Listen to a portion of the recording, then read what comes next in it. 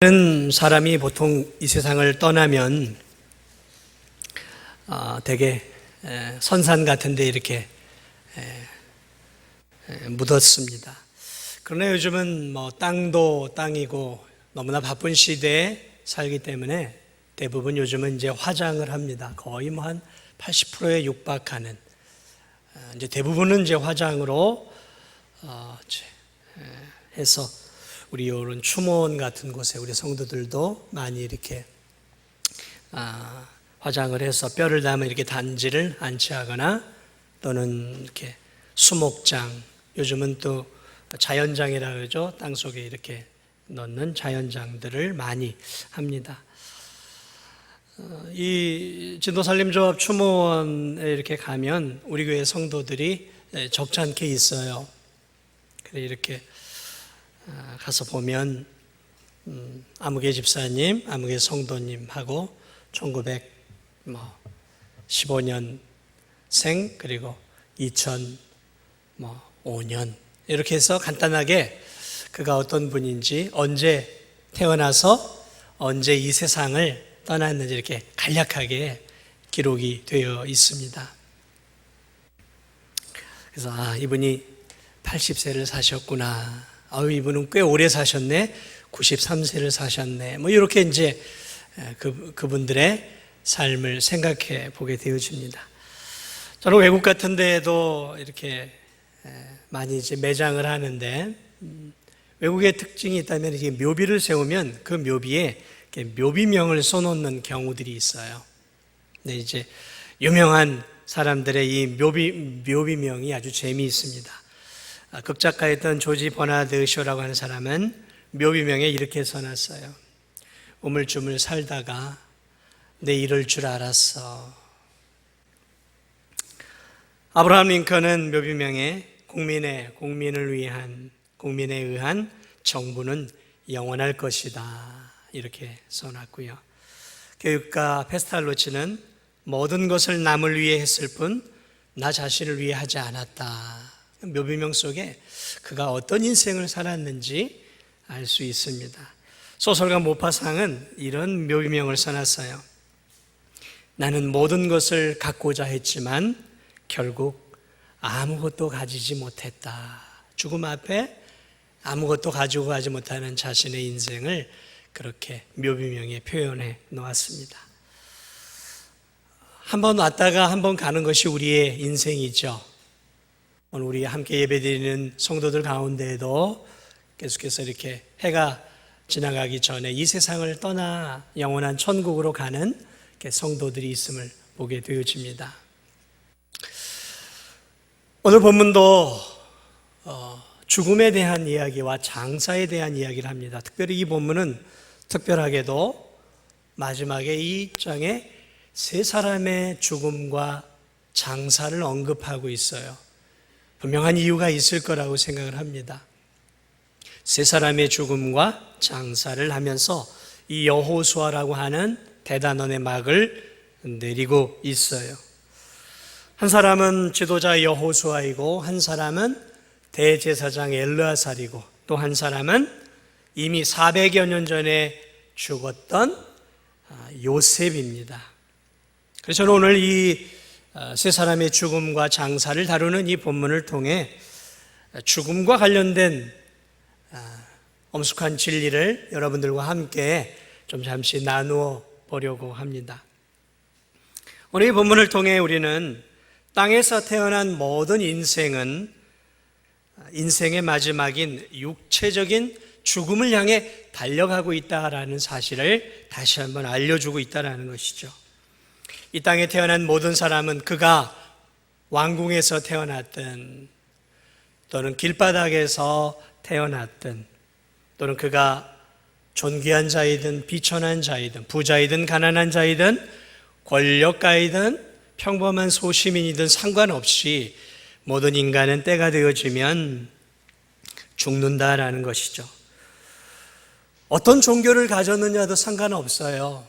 어떤 학벌을 가졌느냐, 얼마나 내가 많은 돈을 갖고 살아가느냐에 상관없이 인간은 누구나 생로병사의 과정을 거쳐간다라는 것이죠. 결국 이 땅에 태어난 인간은 늙어가게 되어 있고 병들게 되어 있고 그리고 마침내 죽는다라는 것이죠. 누가 이 엄연한 진리를 부정할 수 있겠습니까? 누가 이 평범한 진리를 아니다라고 말할 수 있겠습니까? 아무리 못 배운 사람도 이 생로병사는 받아들여요. 아무리 많이 배운 사람도 이 생로병사의 과정을 부인할 수는 없는 것이죠. 우린 모두 다 인생의 이러한 여정을 거쳐가는 거예요. 오늘 예배 가운데는 어린 학생도 있고 중고등부 학생도 있고 청년도 있고 또 장년도 있고 노년도 있습니다.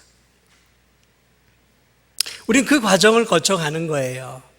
응애하고 엄마의 품 안에 태어난 그 아기가 어느덧 아장아장 걸음을 걷다가 어느 순간에는 유치원을 다니다가 학생이 되어 초등학교를 거치고 중고등부를 거쳐 장성한 청년이 되어집니다. 남자는 또 이렇게 군대라는 것들을 가게 되어지고 또 일정한 학교를 졸업하면 또 직장이라는 생활을 하면서 청년기를 거쳐 장년의 삶을 살게 돼요. 중년의 삶을 살게 되는 거죠. 이 학적으로 중년은 만 35세부터가 중년이에요. 그러한 이 중년의 삶을 거쳐 우리는 어느덧 노년의 삶으로 접어들고 노년기에서 이제 인생의 마지막 황혼기를 거쳐 죽음을 맞이하는 것이죠. 여러분, 오늘 예배를 드리는 오늘 이 자리는 어떻게 보면 인생의 압축판이에요.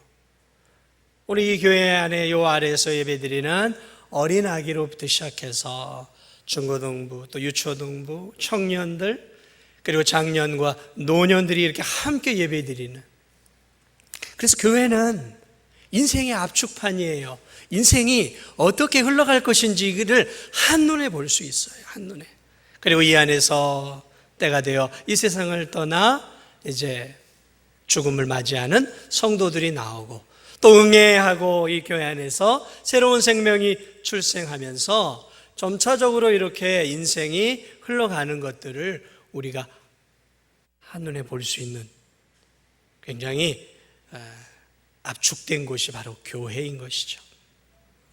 오늘 이 본문에 나오는 이 요셉, 여호수아 그리고 엘르아살, 이 세 사람 모두 오늘 성경에서는 그들이 죽어 장사되었다라고 표현하고 있습니다. 요셉 이미 진작 죽었어요. 이 본문에서 기록되기 400여 년 전에 요셉은 저 이집트의 총리로 살다가 죽었죠.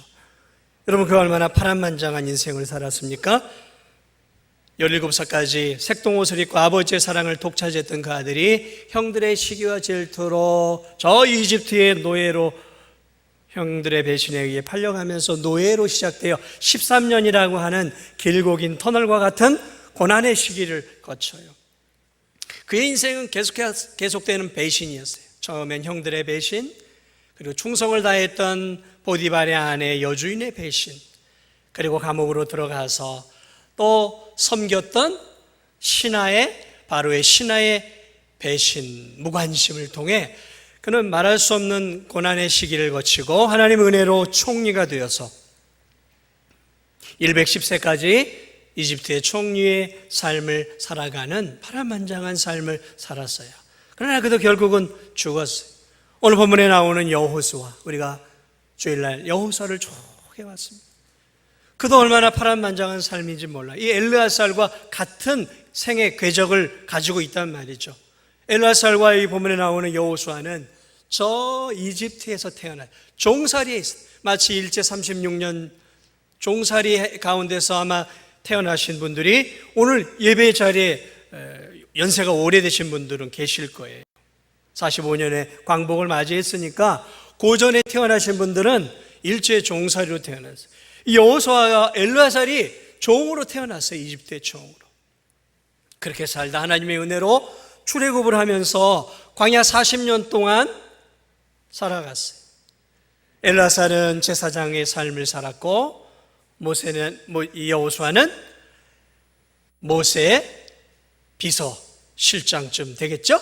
그렇게 인생을 40년을 거쳐왔어요.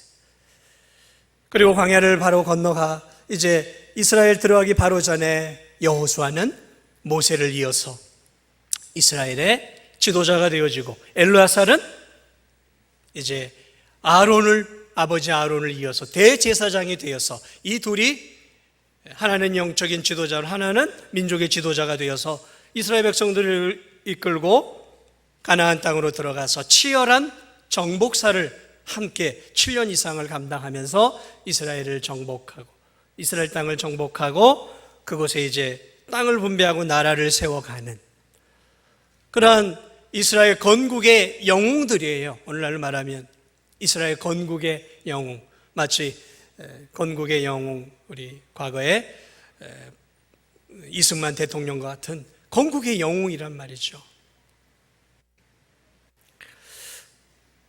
그러한 정말 잊을 수 없는, 이스라엘 역사에 잊을 수 없는 그러한 궤적과 족적을 남겼던 이들이 오늘 성경에 죽었고 장사되었더라, 이렇게 기록해 놓고 있습니다. 저는 이것들을 바라보면서, 그래, 결국 인간은 그가 어떤 삶을 살든, 가난한 삶이든 거렁뱅이의 삶이든 또는 대통령의 삶이든, 공평하게 인간은 때가 되어지면 인생의 마지막이 되어 죽는구나.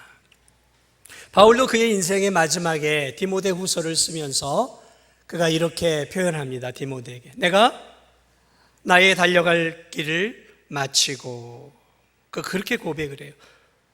나의 달려갈 길을 마치고, 마쳤다라는 것은 인생을 경주로 표현하는 것이죠. 그 인생의 경주를 이제 내가 다 달려가서 이제는 내가 죽음의 때가 왔다라고 고백하고 있는 것이죠. 때때로 우리 인생을 마라톤으로 비유합니다. 42.19km라고 하는 짧지 않은 긴 거리를 일정한 페이스로 달려가는 마라톤 선수와 같이 우리의 인생도 짧지 않은 이 긴 인생의 삶을 달려가는 선수와 같다라는 것이죠. 저와 여러분은 어디쯤 와 있을까요? 요즘 인생을 100세 시대라고 하면 50세를 장수한다고 예정하고 50세를 마라톤의 반환점이라고, 인생의 반환점이라고 한다면 여러분은 어디쯤 와 있습니까? 저도 벌써 반환점을 돌아서 이제는 되돌아가고 있는 시점이죠. 오늘 이 자리에 앉아 계신 분들 가운데는 이제 인생의 목적지죠. 마지막 죽음을 얼마 남지 않은 성도들도 있습니다. 그리고 나이로 봤을 때는 아직도 반환점을 돌지 않은, 반환점조차가 보이지 않을 만큼 인생이 길게 느껴지는 우리 어린 학생들이나 청소년, 청년들이 있어요. 그러나 우리 젊은 청소년들이나 청년들 잊지 마시기 바랍니다. 인생은 금방 가요. 정말 금방 갑니다. 저도 청소년기에 나는 언제 어른 되지 그랬어요. 그런데 금방 어른이 됐어요.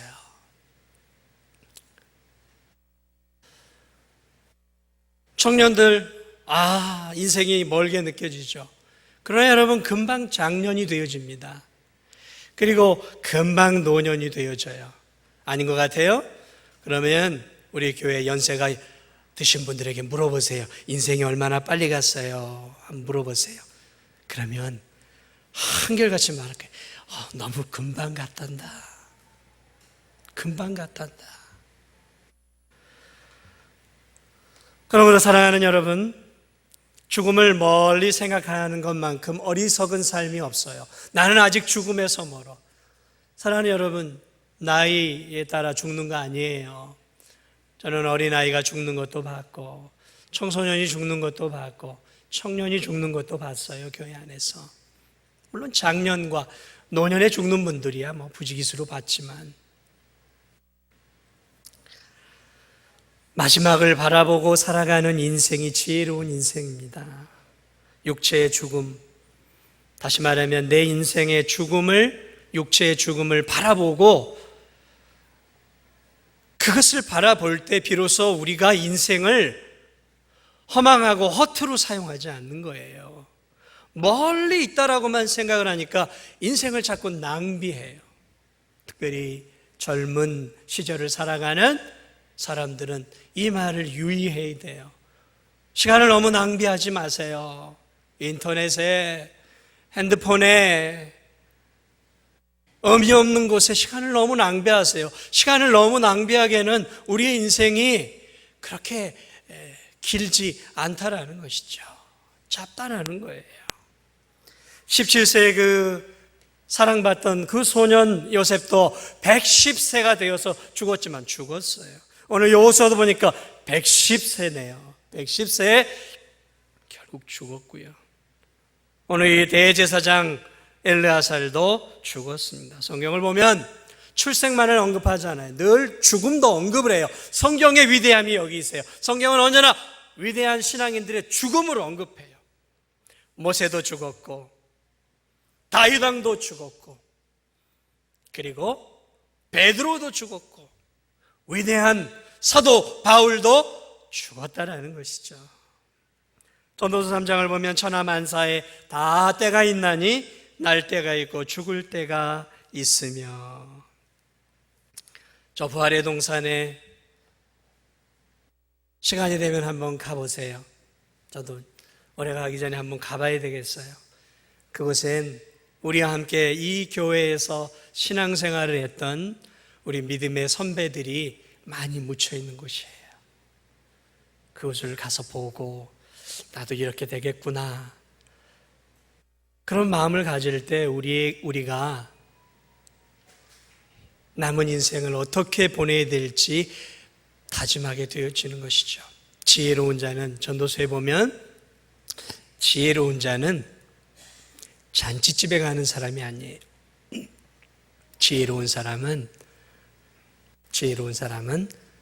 초상집회를 즐겨간다 그랬어요.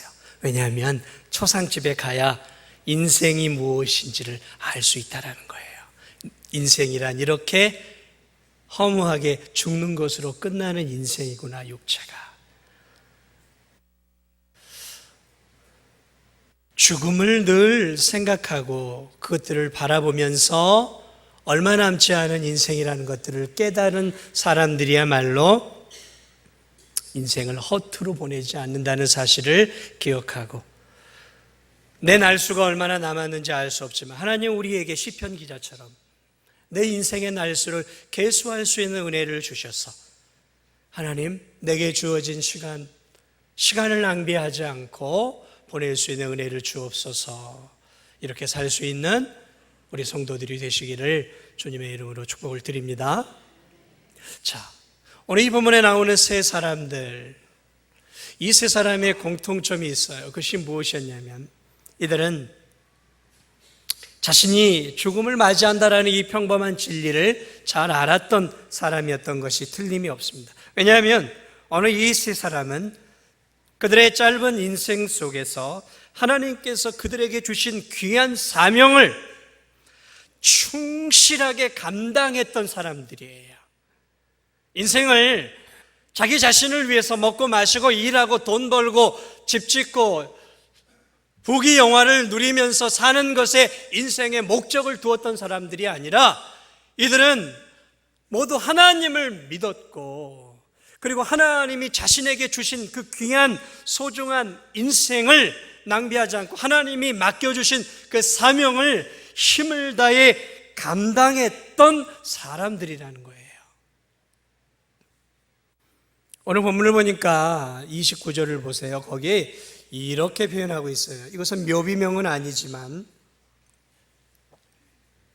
묘비명과 같은 내용이에요. 이 일 후에 여호와의 종 눈의 아들 여호수아가 110세에 죽음에, 이 성경 기자는 여호수아의 죽음을 이렇게 표현하고 있어요. 그는 여호와의 종이었다라고 표현하고 있어요. 이 여호와의 종이라는 이 한마디 안에 굉장히 깊은 진리가 담겨 있어요. 구약에서 하나님 앞에 신실하게 쓰임 받았던 사람들의 명칭이 뭐였냐면 여호와의 종이었어요. 여호와의 종.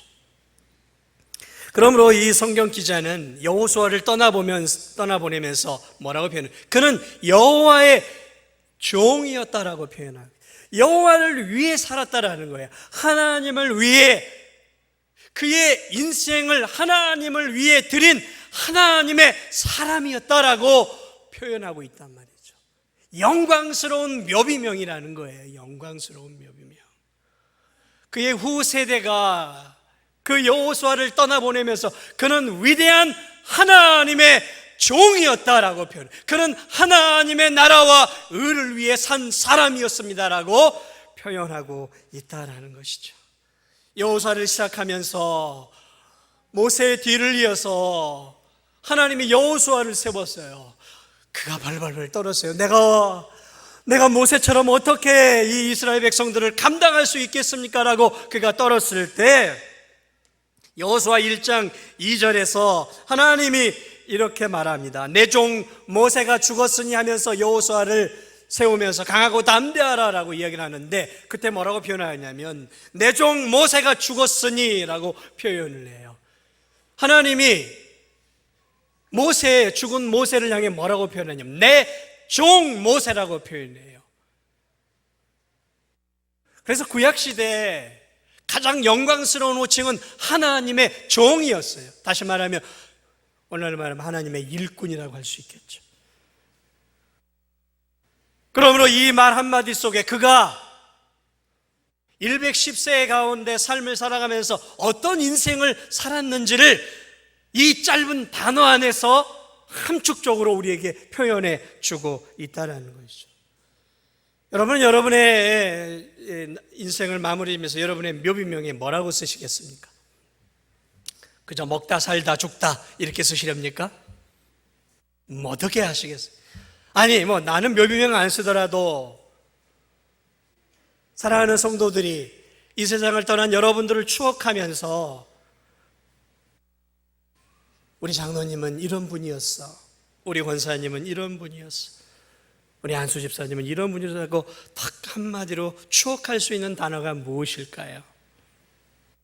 그냥 겨우 신앙생활하다 가신 분이야, 이 정도가 되어주면 안 되겠죠. 여호와의 종이었다. 여호수아를 여호와의 종. 그렇습니다. 여호수아를 보면 그가 얼마나 하나님께 충성한 종이었는지 모르는, 저 광야 시대에 모세의 시종으로 이스라엘의 장군으로 그는 얼마나 하나님께 충성의 사람이었는지 몰라요. 엘르아살도 마찬가지죠. 성경은 엘르아살에 대해서 구체적으로 나와 있잖아요.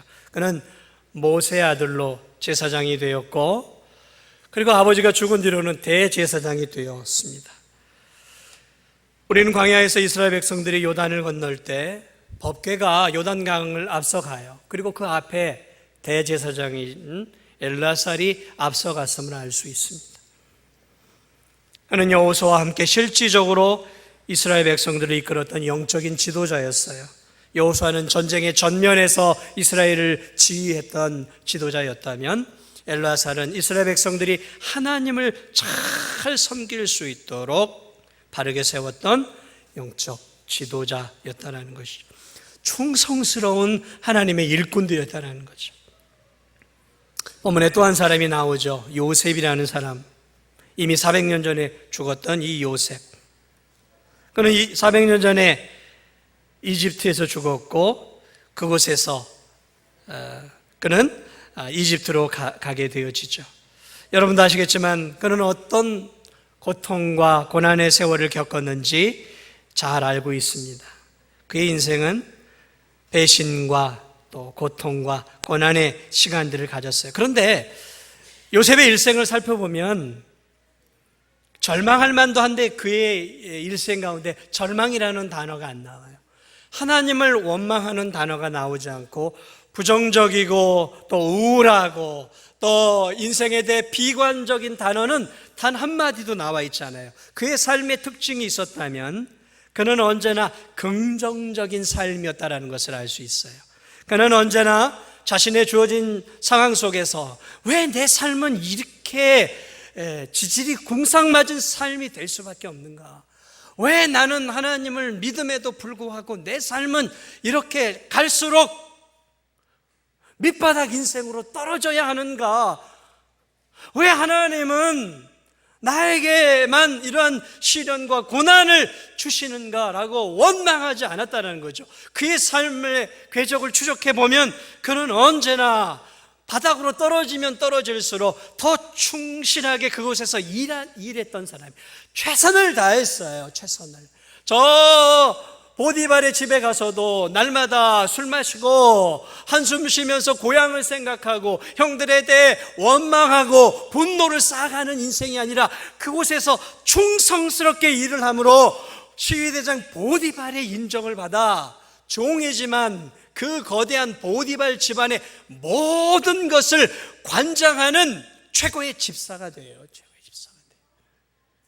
최고의 집사가 돼요. 그리고 여주인의 유혹에 넘어가지 않으므로 모함을 받아서 감옥으로 떨어져 갔지만 그 감옥 속에서도 절망하지 않고 최선의 경주를 다하는 믿음의 삶을 살아요. 그 삶 속에서 그가 간수장의 인정을 또 받아요. 여러분, 어디서든 인정을 받는다라는 것은 그가 충성과 헌신과 그리고 성실함이 없으면 어디에서 인정받지 못하는 거예요. 여러분, 세상에서도요, 저 믿지 않는 세상 사람들에게 인정을 받는 거 쉽지 않아요. 그런데 그러한 인정을 받았다는 것은 요셉이 탁월한 머리가 있어서가 아니라 그가 그의 삶 속에서 하나님이 주신 그 열악한 환경 속에서도 불만을 갖지 않고 최선을 다해서 하나님이 주신 믿음의 삶을 살았기에 하나님은 감옥 속에서도 그에게 은혜를 주셨고 그는 그곳에서도 인정을 받았다는 것이죠. 그러면 오늘 성경에 나와 있는 오늘 이 사람들의 특징은 자신이 처한 환경과 여건 속에서 자신이 누구인지를 알았어요. 자신이 하나님의 사람이라는 사실을 알았고 하나님이 주신 그 환경과 상황 속에서 하나님의 자녀로서 맡겨진 귀한 직분에 충성을 다하는, 그래서 믿음의 사람들만이 아니라 하나님을 믿지 않는 세상의 상관들이나 세상 사람들에게조차도 오른팔로 쓰고 싶어하는, 같이 일하고 싶어하는, 내 모든 것들을 다 맡기고 싶어하는 그러한 충성스러운 사람이 되었다는, 결국은 이집트 바로 왕의 신임을 받아서 이집트 왕이 그에게 모든 전권을 다 맡기잖아요. 그것은 우연이 아니에요. 단순한 하나님의 은혜라고만 설명할 수 없어요. 그것은 그가 자신의 삶 속에서, 자신의 직장 속에서, 사업터 속에서 얼마나 하나님의 자녀답게 처절하고 치열하게 믿음의 삶을 살았는지를 보여주고 있다는 것이죠. 그리고 형들을 만났을 때 당신들이 나를 이곳으로 보낸 것이 아니라 하나님께서 나를 통해 우리의 민족을 구원하시기 위함입니다라는 자신의 사명감을 알고 있었어요. 사명감. 자신이 왜 살아야 하는지에 대한 사명의식이 있었다. 여호수아도 사명의식이 있었어요. 엘르아살도 사명의식이 있었어요. 사랑하는 여러분, 사명감을 갖고 살아야 돼요. 세상 사람들은 사명의식이 없습니다. 세상 사람들은 인생은 내 것이고 그냥 태어났다라고 생각하는 거예요. 그리고 내게 주어진 인생 속에서 많이 벌고 높은 자리에 올라가고 부유하게 살고 떵떵거리며 살다가 인생을 떠나가는 것이 그들의 인생이에요. 그러나 우리는 그렇지 않아요. 우리는 그렇지 않아요. 하나님이 우리를 불러 이 땅에 온 거예요. 하나님이 우리를 이 땅에 보내신 거란 말이죠. 하나님이 우리에게 구원의 은혜를 주셨어요. 그리고 하나님이 우리에게 생명을 주셨고 건강을 주셨고 우리에게 가정을 주셨고 우리에게 일할 수 있는 일터를 주셨고 생명과 또 살아갈 환경을 왜요? 하나님이 저와 여러분 한 분 한 분에게 이 땅 가운데서 해야 할 사명이 있기 때문에 사명을 주신 거예요. 그러니까 이 인생을 허투루 살아서는 안 된다라는 것이죠. 우리 학생들도 인생을 허투루 청소년, 청년들도 인생을 허투루 살아서는 안 돼요. 그저 남들이 좋은 차를 몰고 다니니까 나도 돈 벌면 좋은 차 사고, 남들이 좋은 데 다니니까 나도 돈 벌어서 좋은 옷 입고 좋은 것 먹고 그렇게 살아야지. 아니에요. 그렇게 살아서는 안 되는 거예요. 그건 하나님의 자녀의 모습이 아니에요. 하나님의 자녀의 모습은 하나님이 나를 이 땅에 부르셨기에 내가 어떻게 살아야 할까? 하나님, 내가 어떻게 살아야 합니까? 하나님이 나를 이 땅에 부르신 부름의 의미를 찾고 살아야 되는 거예요. 직분을 받은 성도님들, 여러분의 직분을 소홀하게 여기지 마세요. 하나님이 주신 거예요. 교회를 통해 하나님이 주셨다고요. 집사의 직분, 권사의 직분, 장로의 직분, 하나님의 종으로 삼기 위해 하나님이 주셨어요. 하나님을 의식하면서 내게 주어진 직분을 가지고 교회 안팎에서 또 직장과 삶의 연장 속에서 하나님, 내가 어떻게 살아야 하겠습니까? 이런 질문을 하고 살아가야 되는 거예요. 저는 저대로 그런 질문을 하고 살아가고, 여러분은 여러분대로 그런 질문을 하고 살아가야 되는 거예요. 저도 끊임없이 질문해. 하나님, 내가 이 진도 땅에서 어떻게 목회하기를 원하십니까? 왜 나를 이곳으로 부르셨습니까? 어떻게 하기를 원하십니까? 이 교회를 통해 하나님이 이루시기를 원하는 뜻은 무엇이고, 제가 어떻게 목회해야 합니까? 기도 가운데 끊임없이 질문을 던져요. 인도해 주옵소서. 전 따라가겠습니다. 미련한 종은 따라갈 테니까 주님 좀 인도해 주옵소서.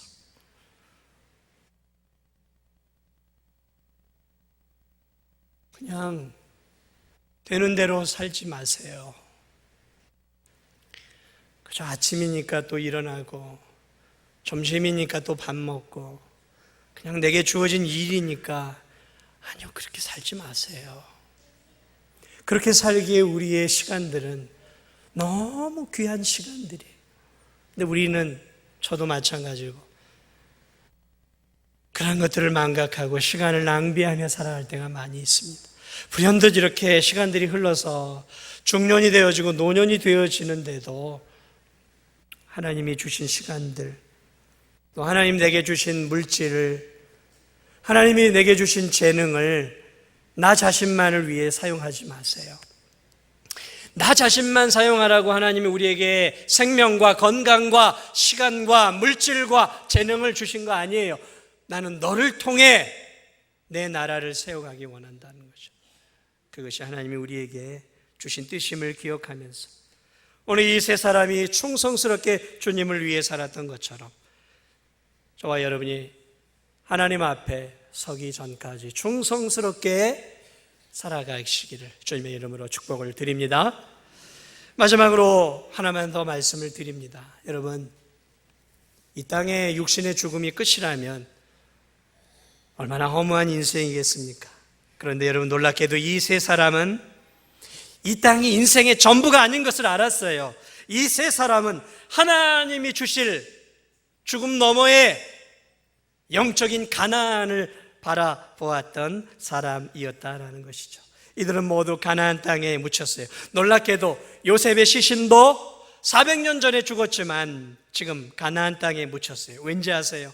요셉이 죽기 전에 저 이집트에서 종살이하며 살아가고 이집트에서 죽을 때 그가 백성들에게 얘기해서 언젠가 하나님이 너희들에게 가나안 땅을 허락하실 텐데 그때 내가 죽어도 그때 내 시신을 가나안 땅에 묻어다오, 하나님의 약속의 땅에 묻어다오. 그렇게 하고 죽었어요. 그래서 요셉은 죽어서 관에 묻혔지만 그의 시신은 땅속에 들어가지 않았어요. 그리고 오랜 세월이 흘러서 출애굽을 할 때 에브라임과 므낫세 지파의 사람들은 자신의 조상 요셉의 관을 들고 40년간 광야를 다녔어요. 광야를. 그러니까 그 광야 생활 속에 요셉의 관도 함께 이동했다라는 것이죠. 그리고 가나안 땅을 정복할 때도 요셉의 관은 여전히 요셉은 관 속에 있었다라는 거예요. 그리고 정복하고 정착하고 마지막 이제 모든 것들이 안정되었을 때 그때 비로소 요셉은 자신의 후손들의 땅에 묻히게 되는 것들을 보게 돼요. 오늘 그것을 이야기하고 있어요. 왜요? 요셉은 도대체 무엇을 바라봤기에 그 가나안 땅이 얼마나 좋았길래 그랬을까요? 당시에 이집트는 최고의 나라였어요. 이집트에 묻히는 게 더 낫죠. 그런데 요셉은 단순하게 가나안 땅, 하나님이 약속한 그 가나안 땅만을 바라본 것이 아니에요. 그 가나안 땅을 통해 하나님이 약속해 놓은 영원한 가나안 천국을 바라봤다는 거예요. 천국을 바라봤던 거예요.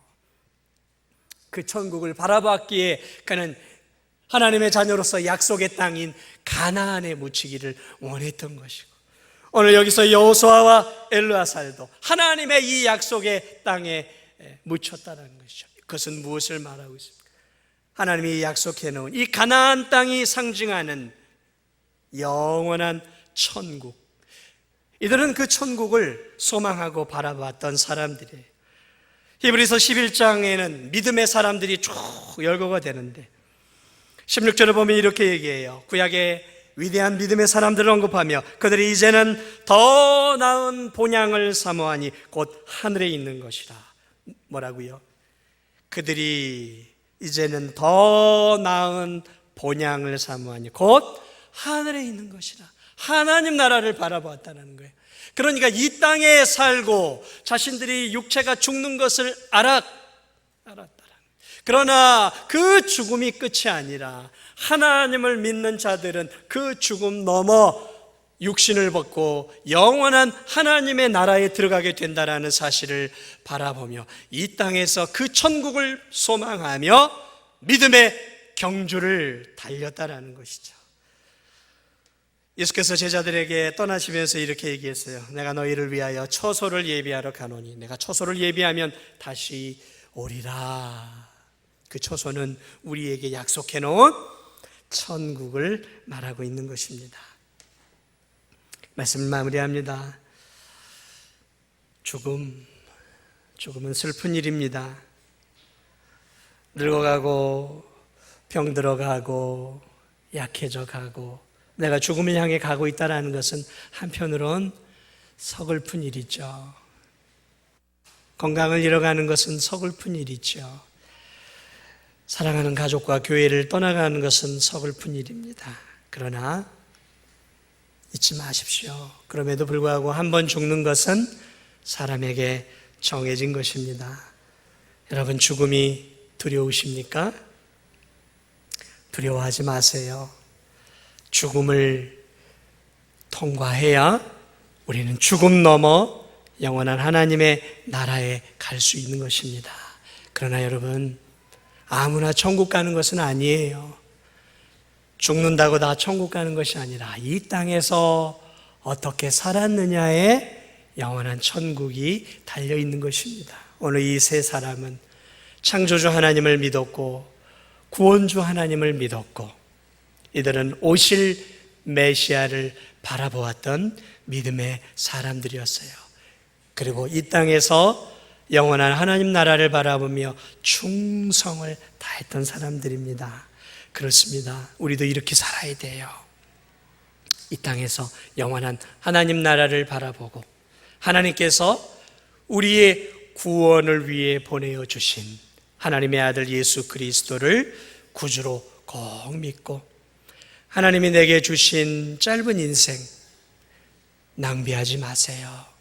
하나님이 내게 주신 이 짧은 인생 믿음의 경주를 힘있게 달려가시기 바랍니다. 나의 달려갈 길을 마치고, 바울은 죽으면서 나의 달려갈 길을 마치고 그랬어요. 그는 인생을 달려갔다라고 말하고 있어요. 최선의 경주를 다했다라고 말하고 있는 거예요. 오늘 우리도 하나님이 언제 불러가실지 모르지만 우리에게 주신 이 귀한 삶 속에서 하나님이 내게 주신 건강과 일터와 가정 환경 속에서 시간을 낭비하지 않고 주를 위해 사는 우리 성도들이 꼭 되시기 바랍니다. 특별히 우리의 젊은이들, 유혹이 많고 쾌락이 가득한 이 세상 속에서 그 유혹에 빠지지 말고, 특별히 시간을 낭비하지 말고 열심히 공부하고 또 열심히 나 자신을 잘 준비해서 하나님 앞에 또 이 대한민국에 꼭 필요한 하나님의 큰 일꾼들이 우리 진도중앙교회에서 우리 젊은이들 안에 또 우리 학생들 안에 많이 나오는 그런 은혜가 있었으면 좋겠고, 또한 우리 성도들 또한 하나님 앞에 온전한 모습으로 바르게 서서 땅의 장막집이 무너지기 전까지 힘을 다해 주님을 위해 살아가는 그러한 우리 성도들이 다 되시기를 주님의 이름으로 축복을 드립니다.